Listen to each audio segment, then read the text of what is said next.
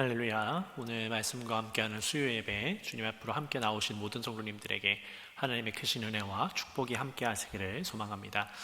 오늘 로마서 8장 18절에서 25절까지 말씀 통해서 우리 함께 은혜를 나누도록 하겠습니다. 함께 성경 말씀 보도록 하겠습니다. 생각하건대 현재의 고난은 장차 우리에게 나타날 영광과 비교할 수 없도다. 피조물이 고대하는 바는 하나님의 아들들이 나타나는 것이니 피조물이 허무한데 굴복하는 것은 자기 뜻이 아니요 오직 굴복하게 하시는 이로 말미암음이라. 그 바라는 것은 피조물도 썩어짐의 종 노릇한 데서 해방되어 하나님의 자녀들의 영광의 자유에 이르는 것이니라. 피조물이 다 이제까지 함께 탄식하며 함께 고통을 겪고 있는 것을 우리가 아느니라. 그뿐 아니라 또한 우리 곧 성령의 처음 익은 열매를 받은 우리까지도 속으로 탄식하여 양자될 것 곧 우리 몸의 속량을 기다리느니라. 우리가 소망으로 구원을 얻었음에 보이는 소망이 소망이 아니니 보는 것을 누가 바라리요. 만일 우리가 보지 못하는 것을 바라면 참음으로 기다릴지니라. 아멘. 네, 오늘도 이렇게 온라인으로 함께 예배 참석하는 모든 성도님들에게 하나님의 크신 은혜와 축복이 함께 하시기를 소망합니다. 여러분, 오늘 본문을 보시면 조금 난해하다라고 생각이 되실 수도 있을 것 같습니다. 그렇지만 여러분, 우리가 이런 말씀일수록 더 곰곰이 묵상해보고 계속해서 읽어나가고 그래서 곱씹어보면 이 말씀이 우리에게 왜 힘이 되는지, 왜 필요한지를 깨닫는 그런 시간이 될 줄로 믿습니다. 여러분, 먼저 오늘 본문의 18절 말씀을 보면 생각하건대 현재의 고난은 장차 우리에게 나타날 영광과 비교할 수 없도다라고 그렇게 말씀하고 있습니다. 현재 우리는 고난을 겪고 있습니다. 어떤 고난을 이야기하는 것일까요? 여러분, 여기서 이야기하는 고난은요, 우리가 예수 그리스도를 믿음으로 말미암아 경험하게 되는 그러한 고난을 이야기합니다. 사실 고난, 어려움 이렇게 얘기하면 정말 다양한 고난과 다양한 어려움이 존재를 합니다. 그런데 여기에서 말씀하는 것은 우리가 내 삶 속에서 내가 결정하고 내가 살아감으로 인해서 오는 그러한 고난보다는요, 우리가 하나님의 자녀로서 하나님의 백성으로서 살아갈 때에 겪는 그런 고난을 이야기하는 것이지요. 여러분, 우리가 주님을 믿으면서 살아갈 때는 세상과는 다른 길을 걷는 겁니다. 세상의 방법대로 세상에서 이야기하는 편한 길로 가는 것이 아니라 하나님께서 말씀하신 그 길, 세상은 어렵다라고 이야기할지라도 하나님께서 말씀하신 그 길로 가면서 살아가다 보면 여러분, 우리는 어쩔 수 없이 손해를 본다든지요, 혹은 다른 사람들한테 이용을 당한다든지 하는 그런 경우가 발생을 합니다. 사실 손해라고 말할 수는 없습니다. 다른 사람이 편법을 이용해서 무언가 이득을 얻는 것뿐이지 우리가 손해를 보는 것은 아닙니다. 정직하게 살아가는 것이지요. 그래서 우리가 정직하게 살아갈 때에 당하는 그러한 상황에 대해서 말씀하고 있는 것이지요. 그런데 여러분, 그러한 것은요, 우리가 나중에 받게 될 영광, 우리가 하나님을 믿음으로 말미암아 하나님께서 우리에게 부어주실 그 은혜와 축복에 비하면 그렇게 살아감으로 인해서 가끔씩 받는 그 손해, 이런 것들은 정말 아무것도 아니다라고 말씀하시는 것이지요. 그러면서 이 피조물에 대한 말씀을 전하고 있습니다. 19절 말씀을 보면 피조물이 고대하는 바는 하나님의 아들들이 나타나는 것이니 라고 말씀하고 있습니다. 여기서 말씀하고 있는 이 피조물은요, 이 세상에 창조된 모든 인간을 의미하는 것입니다. 그렇습니다. 모든 인간뿐만 아니라 모든 자연은 다 피조물입니다. 근데 그 모든 피조물들이 하나님의 자녀들이 나타나기를 기다린다라고 말씀하시지요. 즉, 자신을 돕고 구원해 줄 사람을 찾는 겁니다.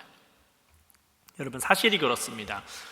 이 세상이요, 아무리 살기 좋아지고 많은 것들이 바뀌기는 했지만 여전히 힘들고 어려운 사람들은 존재하기 마련입니다. 또 우리가 삶을 살아가다 보면 우리의 삶 가운데서도 어려움은 당연히 찾아오게 되지요. 근데 그럴 때 우리는 대부분 누군가 우리에게 도움을 줄 사람을 찾고는 합니다.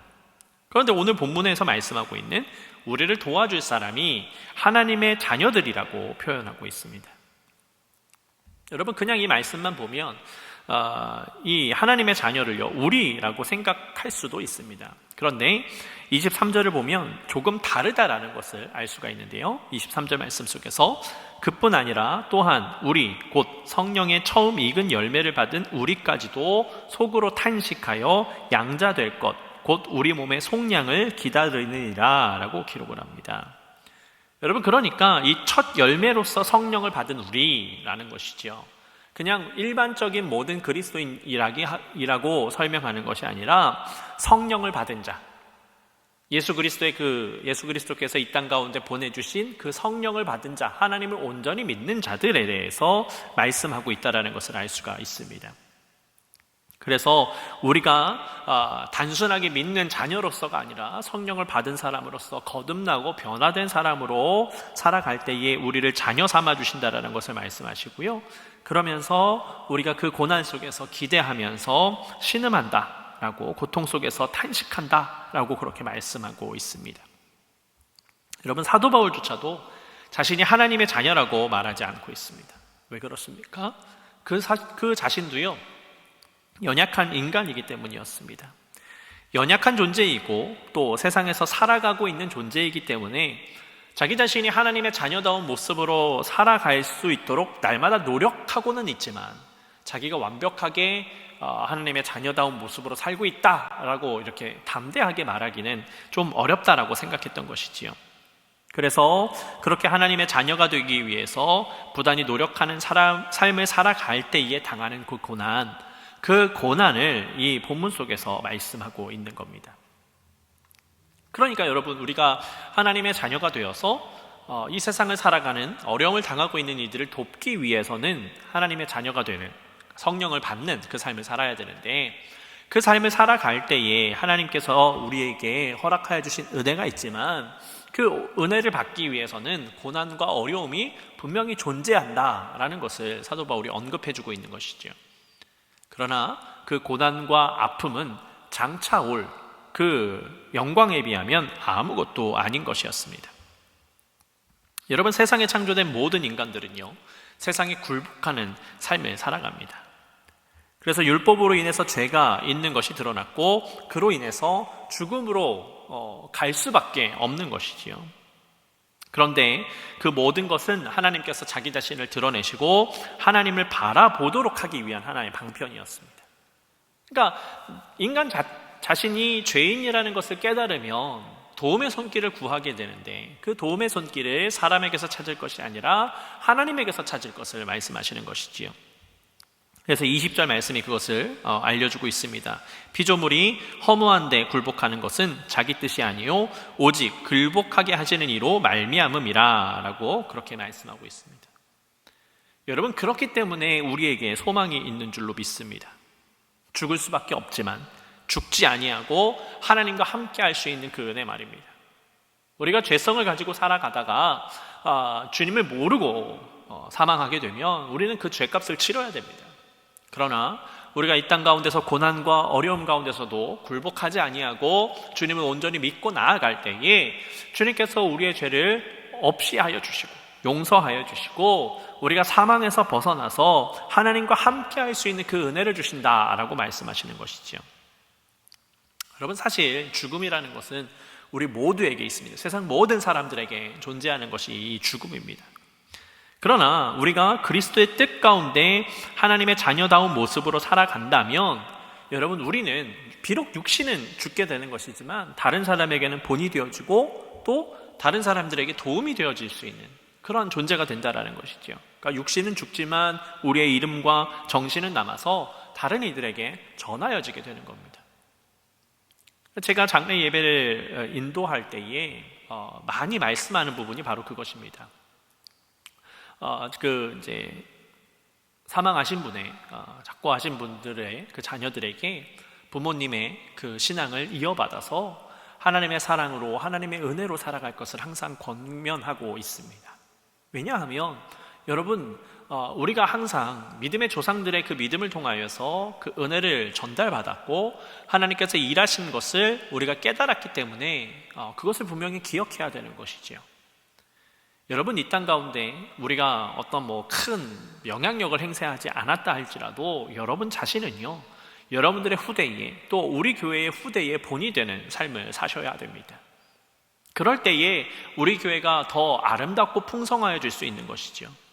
만일 우리의 모습이 정말 어그러진 모습이고 잘못된 모습이라면 여러분, 우리의 후대에게 좋은 것을 전달해 줄 수가 없습니다.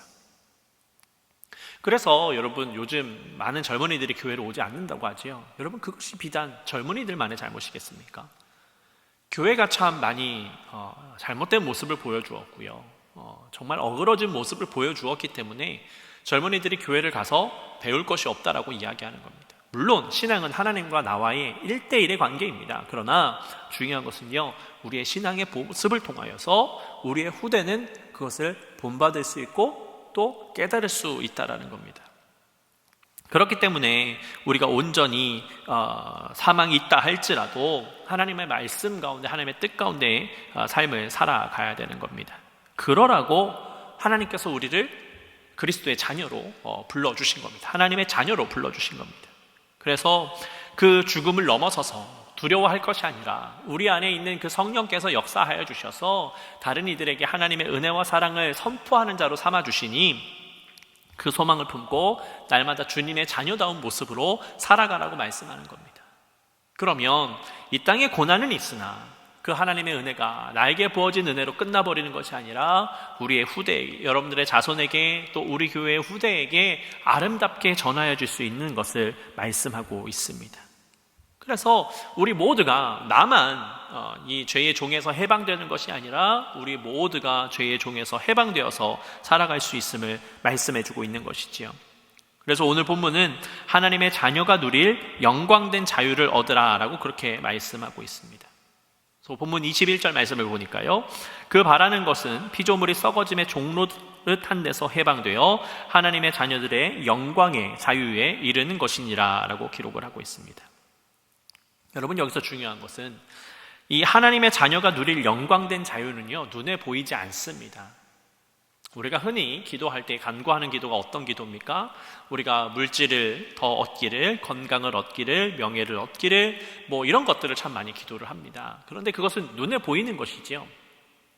그러나 성경은 분명히 이야기하고 있습니다. 하나님의 자녀가 누릴 영광된 자유는요, 눈에 보이지 않습니다. 왜 그럴까요? 그 보이는 것을 주시는 것도 참 좋을 텐데 성경은 분명히 이것이 보이지 않는다라고 말씀합니다. 그 이유는 다름이 아니라 만일 그것에 눈에 보인다면 여러분, 그것은 유한한 겁니다. 이 세상에 아무리 좋은 음식도요, 썩게 되어 있습니다. 아무리 잘 만들어도 시간이 지나면 다 썩게 되어 있습니다. 하물며 금도 은도 시간이 걸리지만요, 그것도 썩기 마련입니다. 소멸되기 마련이라는 것이죠. 그러나 하나님의 그 영광은요, 썩지 않습니다. 결단코 소멸이 되지 않습니다. 보이지 않는 것이기 때문입니다. 영적인 것이고요, 신령한 것이기 때문에 그렇습니다. 그래서 오늘 본문의 24절과 25절 말씀을 보니까 우리가 소망으로 구원을 얻었음에 보이는 소망이 소망이 아니니 보는 것을 누가 바라리요? 만일 우리가 보지 못하는 것을 바라면 참음으로 기다릴지니라 라고 기록을 하고 있습니다. 여러분, 보이지 않기 때문에 기다릴 수 있고 끝까지 갈 수 있는 겁니다. 우리의 눈앞에 보이는 것이 움켜질 수 있으면, 여러분, 그것을 움켜쥐고 나면 여러분, 그때 당시에는 기분이 좋겠지요. 그러나 시간이 흐르면 그것도 지겨워지고 또 내 손에 있지만 별로 감사하지 못하기 마련입니다. 어쩌면 그래서 하나님께서 우리에게 보이지 않는 소망을 쫓아가라고 말씀하신 건지도 모르겠습니다. 여러분, 우리가 이 땅 가운데 살아가면서요, 하나님의 은혜로 말미암아 부유하여지고 건강하여지고 명예도 얻는 것도 너무나도 좋습니다. 그러나 그 모든 것들의 목표는 어디에 있어야 됩니까? 하나님의 이름을 높이는데, 하나님을 높이는 데 있어야 됩니다. 그러니 그 삶을 살아갈 때에 하나님께서 우리에게 진정한 하나님의 영광과 하나님의 은혜를 우리에게 부어주실 줄로 믿습니다. 그러니 여러분, 다른 것 보지 마시고 하나님께 영광을 돌리며 하나님의 말씀과 하나님의 은혜를 통하여서 이 땅 가운데 날마다 승리하는 여러분들의 삶이 되기를 소망합니다. 여러분, 승리한다라는 것은요, 내가 나에게 주어진 것이 얻어지지 않았다 할지라도 감사할 수 있는 것에 근거합니다. 우리가 누군가한테 이긴 것이 아닙니다. 물론 죄에서는 이겨야 됩니다. 사단에게서는 이겨야겠지요. 그러나 삶을 살아갈 때에 날마다 죄와 싸워서 이기는 것, 그것을 날마다 경험하기라는 쉽지는 않습니다. 그러나 승리한다라는 것은 또 다른 한편으로는 그것뿐만 아니라 우리가 말씀을 지켰습니다. 오늘도 하나님의 말씀을 실천했습니다 라는 것 또한 승리의 하나의 방편입니다. 그러니 이 땅을 살아가시는 동안 오늘 말씀에 있는 것처럼 우리가 정말 하나님의 피조물로서 하나님께서 주신 그 구원의 은혜와 말씀으로 말미암아 회복되어질 수 있는, 세상의 목표를 두고 살아가는 것이 아니라 하나님께서 주신 그 은혜와 축복을 목적으로 두고 정말 보이지 않는 것에 목표를 두고 하나님 앞으로 한 걸음 한 걸음 더 나아가서 성숙한 그리스도인이 되시는 여러분들의 삶이 되시기를 예수 그리스도의 이름으로 축복합니다. 함께 기도하겠습니다. 사랑의 아버지 하나님, 감사를 드립니다. 주님께서 우리를 붙잡아 주시고 인도해 주셔서 오늘도 온라인으로 함께 예배케 하시고 말씀 가운데 나아가도록 인도하시니 감사를 드립니다. 하나님, 우리의 모습이 온전해져서 하나님 앞에 나아가기를 소망합니다. 하나님의 뜻과 하나님의 능력 가운데 나아가기를 소망하오니 주님, 우리 가운데 역사하여 주셔서 날마다 승리할 수 있는 그 힘을 더하여 주시옵소서. 눈에 보이는 것을 쫓기보다 눈에 보이지 않는 하나님의 신령한 것을 쫓게 하여 주셔서 정말 하나님과 더욱더 긴밀하여지게 하여 주시고, 이 땅 가운데 어떠한 고난을 당한다 할지라도 감사함으로 이 시간들을 잘 이겨낼 수 있는 우리 모두가 되어질 수 있도록 주님 축복하여 주시옵소서. 주님께서 우리와 함께 하여 주시고 인도하여 주실 것을 믿사오며 사랑이 많으신 예수 그리스도의 이름으로 감사하며 기도드렸습니다. 아멘. 하늘에 계신 우리 아버지여, 이름이 거룩히 여김을 받으시오며 나라에 임하옵시며 뜻이 하늘에서 이룬 것 같이 땅에서도 이루어지이다. 오늘날 우리에게 일용할 양식을 주옵시고 우리가 우리에게 죄 지은 자를 사하여 준 것 같이 우리 죄를 사하여 주옵시고 우리를 시험에 들게 하지 마옵시고 다만 악에서 구하옵소서. 대개 나라와 권세와 영광이 아버지께 영원히 있사옵나이다. 아멘.